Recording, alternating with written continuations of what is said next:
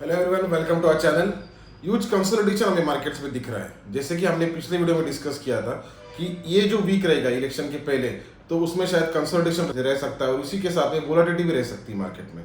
और एग्जैक्टली उसी तरीके से अगर देखा जाए मार्केट्स में, तो अपर लेवल से कुछ प्रॉफिट बुकिंग हो रही है और फिर डाउनवर्ड लेवल पे वापस बाइंग हो रही है और उसी कारण काफ़ी वोलेटिल मार्केट रह रहा है। और हमने वैसे ही डिस्कस किया था कि वन साइडेड जो है, वन साइडेड ट्रेंड इलेक्शन के पहले शायद हमें देखने में ना मिले और कुछ हद तक कंफ्यूजन में ही मार्केट रहेगा। क्योंकि कैसे होता है, जो भी सिचुएशन होती है और जो भी अनसर्टेनिटी होती है, मतलब कोई भी अगर सामने आने वाला इवेंट अनसर्टन होता है जिसके बारे में पूरी तरह से हमें श्योरिटी नहीं होती, तो उसको हमेशा मार्केट जो होता है कुछ हद तक कंसोलिडेशन में ही रहने की कोशिश करता है। क्योंकि एक बड़ी अगर रैली अगर मार दी, अगर मान लीजिए किस डिसाइसिवली अगर मूव डाउनवर्ड साइड में भी अगर हो गई या फिर अपवर्ड साइड में, तो दोनों तरह के लोग होते हैं। कुछ कुछ लोग उसको पॉजिटिवली देखते हैं, कुछ कुछ लोग ये सोचते हैं कि आगे जाके मार्केट गिरने वाला है। तो जैसे ही मार्केट ऊपर जाता है, तो जो लोग ये सोचते होते हैं कि नहीं नहीं मार्केट शायद नीचे जाने वाला है, तो वो वहाँ पे ट्रेड्स उनके बनाते हैं। और उसी तरह से जो लोगों ने ये भी सोचा होता है कि मार्केट ऊपर जाने वाला है, उनको भी यही लगता है कि नहीं, हमने बुक कर लेना चाहिए। क्योंकि अभी तक जो है वो उनका भी कंफ्यूजन होता है, क्योंकि अभी तक जो है डिसीजन पूरी तरह से आया नहीं है और उस कंफ्यूजन में ही वोलेटाइल मार्केट हमें दिखता है। लेकिन ऐसे मार्केट्स अच्छे भी हो सकते हैं, लेकिन कुछ हद तक घातकी भी हो सकते हैं। अगर आप लेवल के हिसाब से काम नहीं करोगे, आपके स्टॉप लॉसेस, प्रॉफिट बुकिंग अगर आपकी सही नहीं होगी, तो आपके मेजर लॉसेस भी हो सकते हैं। तो ऐसे मार्केट्स में ओवर ट्रेडिंग करने की कोशिश मत कीजिए। और एक जो रिवेंज ट्रेडर्स जो होते हैं इसमें, ऐसे मार्केट्स में, वो पूरी तरह से खत्म हो जाते हैं। मतलब जिनके अगर लॉस कुछ अगर लॉस होता है, तो उस लॉस को उसी दिन रिकवर करने की कोशिश में काफी बड़े बड़े लॉसेस करते हैं। और वो काफी लोग ऐसे होते हैं, मतलब एक ह्यूमन टेंडेंसी लोगों की कि हमेशा कुछ होता है तो बदले की आग में आते हैं या फिर एक रिवेंज होता है, तो वही जो टेक्निक होती है वही वो मार्केट में भी लगाते हैं कि स्टॉक मार्केट के साथ में। लेकिन स्टॉक मार्केट काफ़ी सुपीरियर है और वो ऐसा अगर एटीट्यूड लेके चलते हैं तो फिर उनको उसी दिन पूरी तरह से कैपिटल ही उनका वैनिश कर देता है। तो वैसे करने की कोशिश मत कीजिए। और अभी हम देखिए कि कौन से लेवल्स और रह सकते हैं और उस लेवल्स को हम डिस्कस करेंगे इस वीडियो में। और जो भी कुछ अपडेट्स होते हैं मार्केट में, वो सारे हमारा जो फ्री टेलीग्राम चैनल है उसकी लिंक इस डिस्क्रिप्शन में दी गई है। उसमें मैं सारे अपडेट्स डालते रहता हूँ, तो आप उसको ज्वाइन कर सकते हो। वो पूरी तरह से फ्री चैनल है।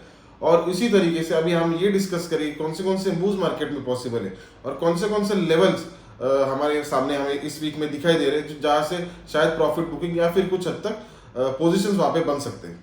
बैंक निफ्टी में अगर देखा जाए तो बैंक निफ्टी ने ये जो हमारा इंपॉर्टेंट लेवल था, पिछले वीडियो में भी हमने डिस्कस किया था कि 49,500 मतलब 49,550 टू 49,600, ये एक काफी इंपॉर्टेंट लेवल है। और इसको ब्रेक करने के लिए काफी प्रेशर चाहिए और काफी बाइंग चाहिए, तभी वो इस लेवल को इस टाइम पे ब्रेक कर सकता है। और उसकी पॉसिबिलिटीज कुछ हद तक हमें कम दिखाई दे रही थी, जैसे कि हमने उस वीडियो में डिस्कस भी किया था। अभी अगर देखा जाए तो बैंक निफ्टी ने करीबन 49 यहाँ पर भी उस लेवल को टच किया और आज भी करीबन उसी लेवल के नजदीक जाने के बाद वहां से कुछ हद तक प्रेशर हमें दिखाई दिया।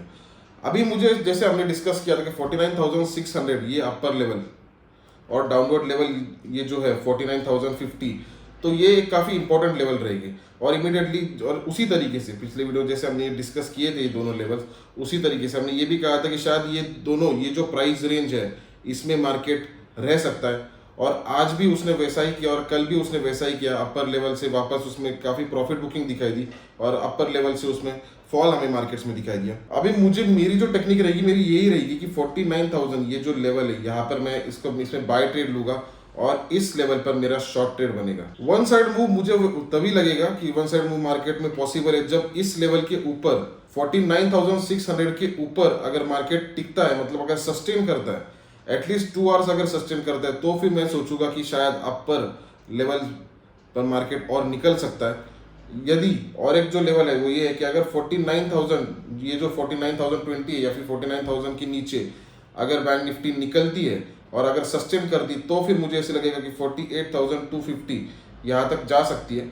लेकिन जब तक ये दोनों लेवल्स अगर जब तक ब्रेक नहीं करती, तब तक अभी जो हमारे हाथ में जो अपॉर्चुनिटीज है उसको क्यों मिस करना है। तो तब तक हम इसी लेवल के हिसाब से मैं ट्रेड करते रहूंगा और जब तक ये ब्रेक नहीं होता तब तक मेरा कुछ नई पोजीशन मैं उसमें नहीं बनाऊंगा। और निफ्टी में भी अगर देखा जाए तो निफ्टी में 23,000 ये जो लेवल है अपर लेवल, ये काफी क्रूशियल लेवल रहेगी। और अगर देखा जाए तो निफ्टी ने भी 23,000 के ऊपर उसने सस्टेन नहीं किया, मतलब ऊपर उसने क्लोज नहीं दिया।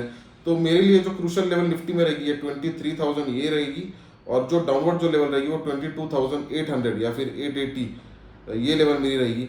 तो इधर वेज अगर यहाँ पर मुझे अगर ट्रेड मिलता है तो मैं यहाँ पर मेरा एक शॉर्ट ट्रेड बनेगा, और यदि यहाँ पर अगर मुझे ट्रेड मिलता है 22,800 तक तो यहाँ पर मैं उसमें बाय ट्रेड लूँगा, क्योंकि मुझे अभी तक मेरी यही सोच है कि शायद कंसोलिडेशन में ही ये हफ्ता निकल सकता है। बहुत ज़्यादा किसी साइड पर भी रैली हमें शायद नहीं दिखाई देगी इस वीक में, और यदि अगर वैसा होता है तो काफ़ी टाइम ऐसा होता है कि मार्केट कंसोलिडेशन में ही रहता है, तो वो एक अच्छी अपॉर्चुनिटी भी साबित होती है। और रियलिस्टिकली अगर देखा जाए तो जितना भी डेटा या फिर जो भी कुछ सिचुएशंस जो दिखाई दे रहे हैं तो वो यही दिखाई दे रहे हैं कि शायद कंसोलिडेशन में और कुछ दिन मार्केट रह सकता है।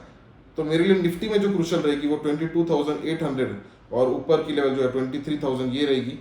अगर 22,800 ब्रेक होती है, जो कि मुझे लगता है कि काफ़ी मुश्किल है क्योंकि ये पिछली बार का हाई था, और ये लेवल्स अगर टूटती है तो फिर उसमें एक बड़ा फॉल हमें शायद दिखाई दे सकता है, और डाउनवर्ड और कुछ मूवमेंट हमें दिखाई दे सकती है, क्योंकि 22,800 ये जो लेवल है इस पर काफ़ी ह्यूज बाइंग आ सकती है। यहाँ पर बाइंग आ सकती है, नए ट्रेड्स बन सकते हैं, तो वहाँ उसको ब्रेक करना काफ़ी मुश्किल रहेगा।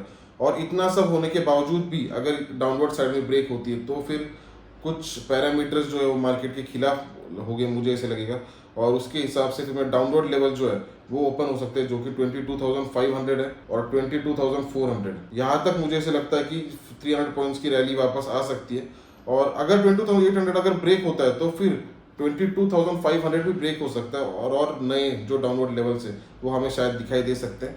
लेकिन तब तक इसी प्राइस रेंज में रहने की पॉसिबिलिटीज़ काफ़ी यूज है, तो इसी अपॉर्चुनिटी के मैं उसमें फ़ायदा उठाने की कोशिश करूंगा। यदि 23,000 ऊपर सस्टेन अगर होता है मार्केट तो फिर मुझे ऐसे लगेगा कि और ज़्यादा रैली आ सकती है, या फिर अगर 22,800 के नीचे अगर निफ्टी सस्टेन होती तो फिर मुझे ऐसे लगेगा कि उसमें बड़े जो फॉल है और ज़्यादा फॉल उसमें आ सकता है। तो ये मेरी मूव रहेगी, जैसे कि हमने पिछले वीडियो में भी कहा था कि कंसोलिडेशन में ही रह सकता है, उसी तरीके से मार्केट कुछ हद तक कंसोलिडेशन में ही रहा। ये लेवल्स के हिसाब से ही मैं ट्रेडिंग करूँगा। आई होप ये वीडियो आपको बेनिफिशियल रहे। Thank you.